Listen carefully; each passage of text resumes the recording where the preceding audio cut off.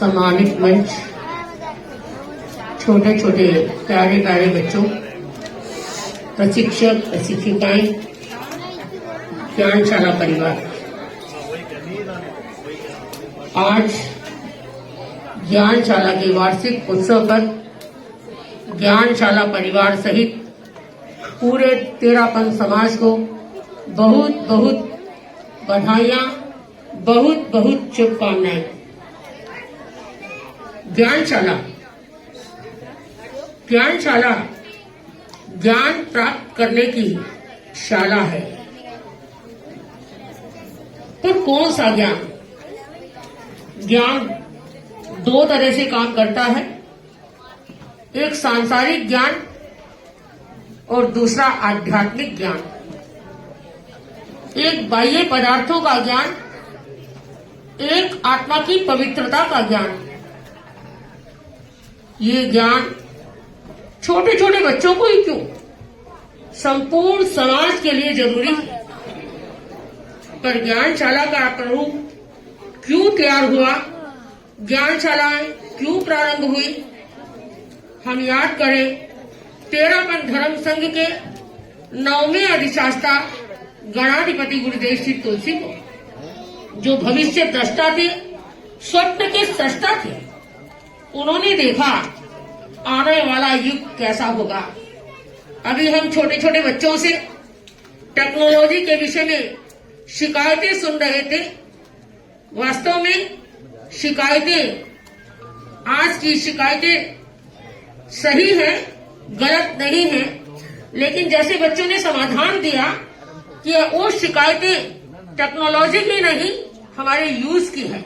हम उसे यूज कैसे करते हैं?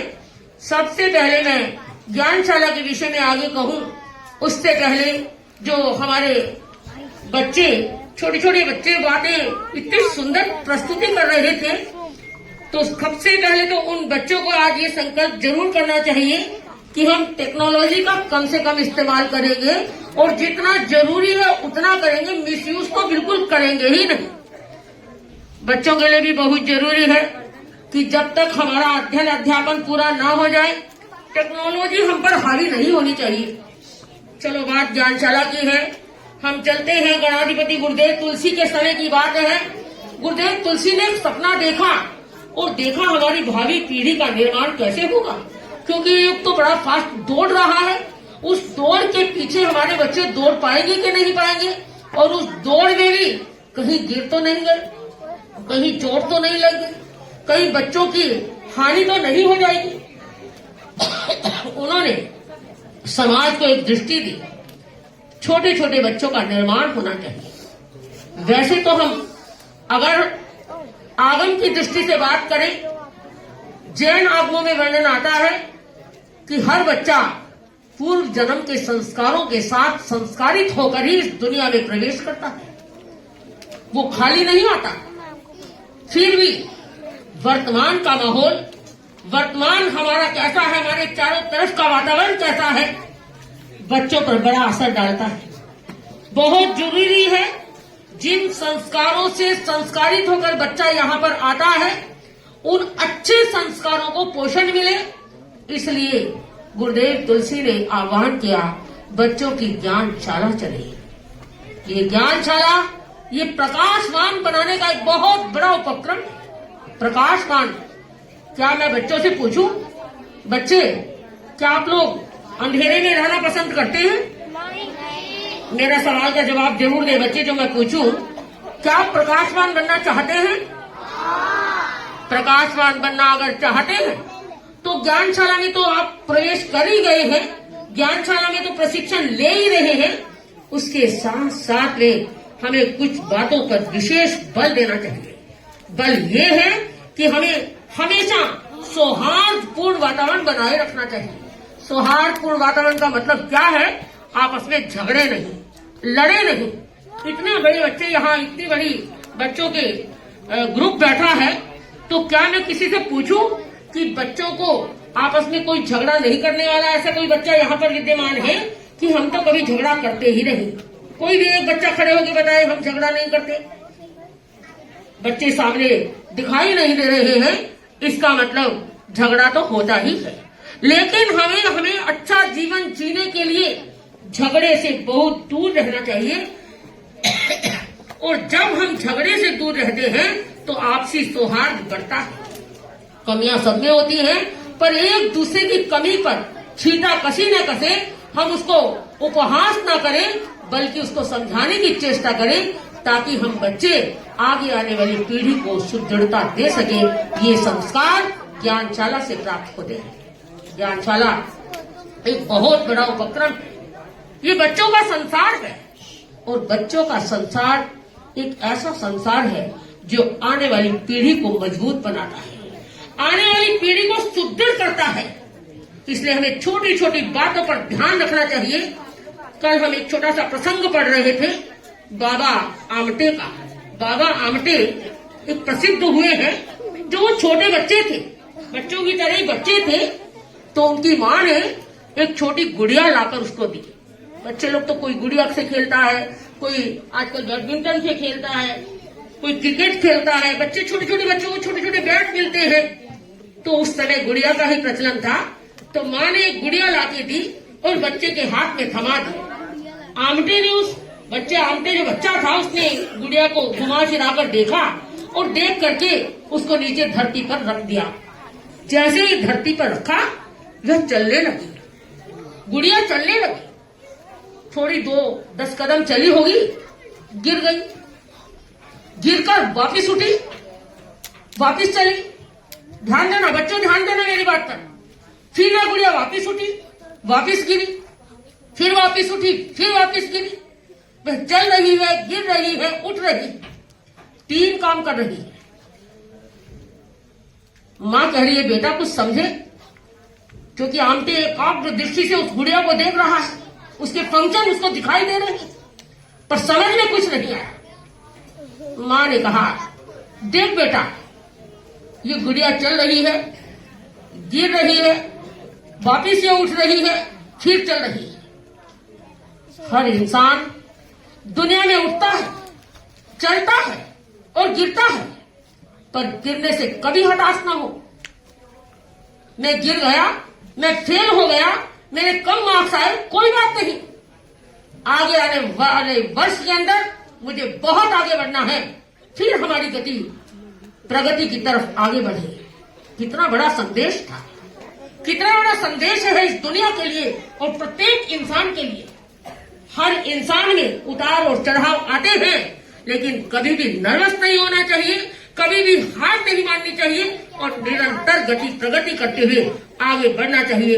ऐसे इंसान जो अपने जीवन में उत्साही होते हैं, जो सकारात्मक होते हैं, निश्चित रूप से एक दिन ऐसा आता है कि प्रगति के सोपान पर चलते चलते आसमान को छू लेते हैं। हमारे प्यारे बच्चों, आप सबको आसमान छूना है। आसमान कैसे छुआ जाता है? आत्मीय गुणों का विकास करना है। हमारे भीतर अनंत शक्ति है, हम अनंत शक्ति संपन्न है, और वह शक्ति संपन्नता हम केवल गलत कार्यों में नहीं, अपनी अंतर्मुखी होकर के हमारे गुणों का विकास करते हुए हम निरंतर आगे बढ़े। आगे बढ़ने के लिए हमें क्या करना है? मोबाइल में आप आजकल पढ़ाई भी करते हैं, पढ़ाई करें तब तक तो मजा आता है, अच्छा भी लगता है, लेकिन आप ज्यादातर गेम खेलते हैं। बच्चे लोग गेम खेलने वाले, कौन बच्चा गेम नहीं खेलता? कौन बच्चा गेम नहीं खेलता मोबाइल में? ध्यान देना मैं क्या बोल रही हूँ। जिसने गेम नहीं खेला बच्चे ने, कोई भी गेम जो मोबाइल में आते हैं, वो बच्चे कौन है? वो बच्चे खड़े हो जाए, खड़े हो वो बच्चे। आज जो बच्चे मोबाइल में गेम नहीं देख रहे हैं, वे ये सारे बच्चे बधाई के पात्र हैं। बहुत अच्छी बात है कि बच्चे गेम नहीं देख रहे। अब बच्चों को मैं ये कहना चाहती हूँ, जो खड़े हुए बच्चे हैं उनको भी और जो बैठे हैं उनको भी, कि गेम खेलने से केवल दिमाग खराब होता है, पढ़ाई में मन नहीं लगता है। हम कुछ पाना चाहते तो पा नहीं सकते हैं, क्योंकि सारा दिन हमारा मन उसी में ध्यान में लगा रहता है। तो जिन बच्चों ने अभी तक गेम देखा नहीं, देखते नहीं, उनको जब तक वो पढ़ाई जहां तक वो पहुंचना चाहते हैं वहां तक न पहुंच जाए, तब तक गेम नहीं देखना। ये प्रॉमिस है, और नीचे बैठे बच्चे भी प्रॉमिस करें कि हमें भी उनसे दूर रहना है। दूसरी बात, सबसे पहले हमें ये संकल्प करना चाहिए कि हम सफलता के सोपान पर अगर आगे बढ़ना चाहते हैं तो हम श्रमशील जीवन जिए। हमें श्रम करना पड़ेगा। जिसका जीवन श्रमशील होता है वह आगे बढ़ जाता है। सेकंड, हमें ऊर्जावान बनना है। हमारे भीतर ऊर्जा नहीं तो कुछ भी नहीं। अगर ऊर्जा का मतलब क्या? आत्मा। आत्मा तो सबके भीतर है, लेकिन फिर भी बहुत सारे लोग होते हैं वो निठल्ले बैठे रहते हैं, कुछ नहीं करते। आपने देखा होगा बैलून कभी कभी आसमान में उड़ता है और कभी कभी केवल हाथ में ही थमा रहता है, उड़ता नहीं। इसका राज क्या है? क्या जानते हो क्या राज है इसका? क्योंकि जो बैलून होता है उसके भीतर जो हवा है उसका कमाल है। कहते हैं एक बार एक बैलून बेचने वाला खड़ा है, सैकड़ों बैलून रंग बिरंगे उसके डंडे में लगे हुए शोभा बढ़ा रहे हैं डंडे, लेकिन कोई बच्चा खरीदने के लिए आया ही नहीं। कोई बच्चा नहीं खरीदा क्योंकि बच्चों का तो अट्रैक्शन रहता है बैलून के प्रति। उसने क्या किया, एक बैलून में हीलियम गैस भरी, हीलियम गैस डाली और उसको धागे को काट कर आसमान में उड़ा दिया। उड़ गया आसमान में। बच्चे ने देखा आसमान में गुब्बारा उड़ रहा है, फटाफट भीड़ लग गई वहां पर और सबने एक बैलून करते करते सारे के सारे गुब्बारे उस गुब्बारे वाले के गिर गए। पर वो कह रहे अंकल, ये काले वाला ब्लैक वाला गुब्बारा जो उड़ रहा है, क्या काले वाला ही उड़ता है और किसी में उड़ने की क्षमता नहीं है? हमारे गुब्बारे में हमारे बैलून तो नहीं उड़ रहे। उस गुब्बारे वाले ने कहा, देखो बच्चों, तुम्हारे गुब्बारे में जो गैस है कार्बन, वह हवा से हल्की नहीं है, भारी है। हवा से भारी है, इसलिए वो नीचे ही है, उड़ नहीं रहे। लेकिन जो गुब्बारा आसमान में उड़ रहा है उसमें हीलियम गैस है और वो हीलियम गैस हवा से हल्की होती है, इसलिए वो उड़ जाता है। अब आपको मेरी बात समझ में जरूर आई होगी। प्यारे बच्चों, हमारे भीतर एक एनर्जी जो हमें आसमान तक उड़ाती है वह हवा से हल्की है, हवा से हल्की है और सबसे भारी है और जो हमारी अपनी है। इसलिए बहुत जरूरी है हम ऊर्जावान बने, वह ऊर्जा जो हमें आकाश तक ले जाए। तीसरा, हमें कोई भी कार्य करें, कुछ भी करें, हमारा जीवन प्रैक्टिकल होना चाहिए। केवल हम बोलते हैं, करते कुछ भी नहीं। कोई दो बच्चे झगड़ा करते हैं, हमें अच्छा नहीं लगता, क्या लगता है? बिल्कुल नहीं लगता। लेकिन जब हम खुद झगड़ा करते हैं तो हमें पता ही नहीं चलता। इसलिए बहुत जरूरी है हमारा जीवन प्रैक्टिकल बने। और प्रैक्टिकल क्या है? हम एक दूसरे को प्यार करें, एक दूसरे को अपना श्रम बांटें, एक दूसरे को सहलाने की कोशिश करें, एक दूसरे के दुख दर्द में काम आए, ये बहुत जरूरी है। अर्थात हमारे भीतर सेवा भाव, सेवा की भावना उत्पन्न हो। तो प्यारे बच्चों, आज इस वार्षिक उत्सव के उपलक्ष्य में आप सबके प्रति बहुत बहुत मंगल कामना करती हूँ कि हमारे बच्चों ने जो संकल्प लिया था कि हम मौन रहेंगे, प्रायः बच्चे मौन रहे हैं, लेकिन जो जो बोला है मुझे पता है, क्योंकि मैं तो सबको देख रही हूँ। आपको लग रहा महाराज को पता ही नहीं चल रहा कि हम बोल रहे हैं क्या, है ना? बट लड़के ने भी बात की है और लड़का ने भी बात की, पर जिन्होंने की है बात, कोई बात नहीं, माफ अब नहीं करेंगे, है ना? अब आगे से नहीं करना है। बहुत प्यारे बच्चे हैं, बहुत कहना मानते हैं। तो बच्चों को बहुत बहुत बधाई है। कहते हैं कि हम अच्छे बच्चे हैं, सच्चे बच्चे हैं और सच्चे ही बनकर रहेंगे। हम अपने गुरुदेव का नाम रोशन करेंगे। आचार्य महाप्रज्ञ जी ने गुरुदेव तुलसी के मिशन को आगे बढ़ाया और ये ज्ञानशाला निरंतर आगे बढ़ती गई। और आज तो अभी बता रही थी हमारी एक संयोजिका जी कि 800 या 960 ज्ञानशालाएं ऐसे कुछ बता रही थी पूरे देश में। 560 ज्ञानशालाएं आज पूरे देश में, उसमें हजारों बच्चे प्रशिक्षण प्राप्त कर रहे हैं। प्यारे बच्चों, एक बात लास्ट में आपको कहती हुई कि आप सब इस धर्म संघ की धरोहर हैं, इसलिए व्यसन मुक्त जीवन शैली होनी चाहिए। आप व्यसनों से बचना है, चाहे छोटे छोटे व्यसन हैं, उन सब से हमें दूर रहना है, तब हम अपने जीवन का सही निर्माण कर सकते हैं। अब हमारे सामने ज्ञानशाला बच्चों को प्रशिक्षण देने वाली प्रशिक्षिकाएं जो हर सप्ताह समय निकालती हैं, और शायद सप्ताह के अलग भी, सप्ताह से अलग भी कभी कभी कुछ विशेष कार्यक्रम होता है, कुछ विशेष मीटिंग होती है, या फिर ज्ञान, खुद को ही ज्ञान प्राप्त करना होता है ना, कोई एग्जाम होते हैं तो उनको अलग से भी समय निकालना पड़ता है। तो प्रशिक्षिकाओं का ये सौभाग्य है कि आपको एक ऐसा प्लेटफॉर्म मिला, ये आप लोगों का सौभाग्य है, आगे बढ़ने का अवसर मिला। क्योंकि नमस्कार महामंत्र कि खुद तो सामायिक लेना और पढ़ना 24 तीर्थंकरों के नाम शायद बहुत सारी बहनों को याद नहीं रहते थे, लेकिन आज मुझे पक्का उम्मीद है कि हमारी प्रशिक्षिकाओं को तो जरूर याद होगा। हो सकता ना भी हो सकता है किसी किसी को ना भी हो, क्षमा करना, लेकिन अगर नहीं है तो जो बच्चों को सिखाया जाता है वो प्रशिक्षिकाओं को सब कुछ आना ही चाहिए। ये आपका सौभाग्य है कि हम तेरापन धर्म संघ से जुड़े हुए हैं और एक बच्चों का संसार आपके पास में है।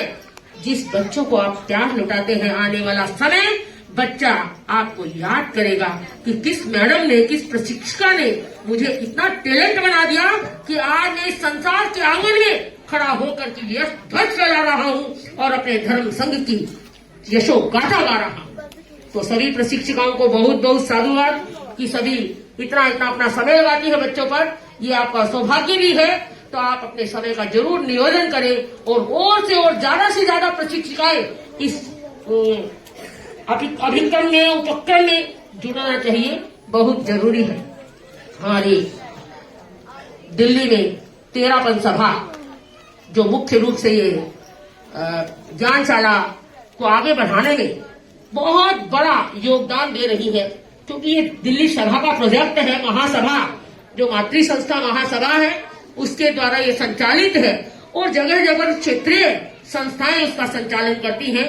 दिल्ली में क्षेत्रीय सभाएं तो खूब है, लेकिन संचालन तेरापन सभा दिल्ली करती है। तो दिल्ली सभा को भी बहुत साधुवाद। इस प्रकार के उपक्रम करने ही चाहिए ताकि हमारा बच्चा, हमारा समाज बहुत आगे बढ़े प्रगति के सोपान पर। उसके बाद वर्तमान में ज्ञानशाला की टीम, वैसे तो ज्ञानशाला के बहुत सारे कार्यकर्ता हैं, सारे कार्यकर्ता और ज्ञानशाला, हमारे ज्ञानशाला के संयोजक महीम जी और उनकी पूरी टीम जो जिस निष्ठा से काम कर रहे हैं। ये साल तो मैंने उनका देखा है, इस साल में उन्होंने बड़ी निष्ठा के साथ काम किया है और बहुत श्रमशीलता के साथ में आगे बढ़ाया है। कल भी शाम को हम देख रहे थे, कल रात के 10 बजे तक वो यहीं पर थे और 3-4 दिन हो गए इस काम में लगे हुए हैं।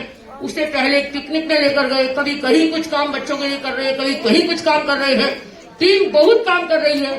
पूरी मुहिम जी की टीम को, मुहिम जी को बहुत शुभकामनाएं, बहुत बधाई।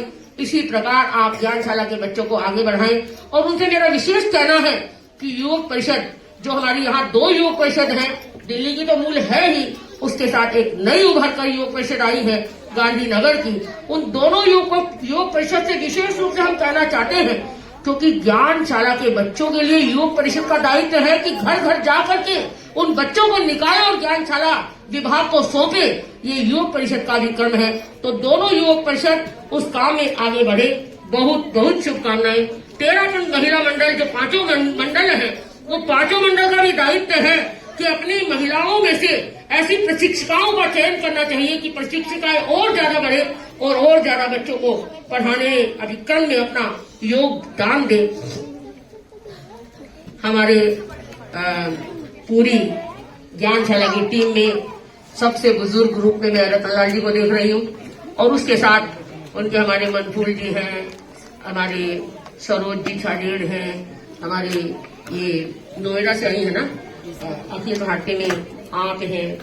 तो इन सबको बहुत साधुवाद है कि आप किस प्रकार ज्ञानशाला को आगे बढ़ाने में नए नए उपक्रमों के द्वारा ज्ञानशाला को आगे बढ़ा रही हैं। पूरा एक बार पुनः पूरे ज्ञानशाला परिवार को, वह चाहे नोएडा का है, चाहे वो फरीदाबाद का है, चाहे वो दिल्ली एनसीआर में, सब जगह और दिल्ली का प्रॉपर, सभी को बहुत बहुत शुभकामनाएं आज वार्षिकोत्सव पर। और मैं निश्चित रूप से मानती हूँ कि बच्चे लोग मेरी बात का पूरा ध्यान रखेंगे। उन्हें श्रमशील जीवन जीना है, ऊर्जावान जीवन जीना है, प्रकाशवान जीवन जीना है और सेवा, सौहार्द, प्रेम और मैत्री के पुष्पों से अपने आप को सुगंधमय बनाना है, सौरभमय बनाना है। एक बार पुनः सभी को बहुत बहुत शुभकामनाएं, बहुत बहुत मंगलकामनाएं।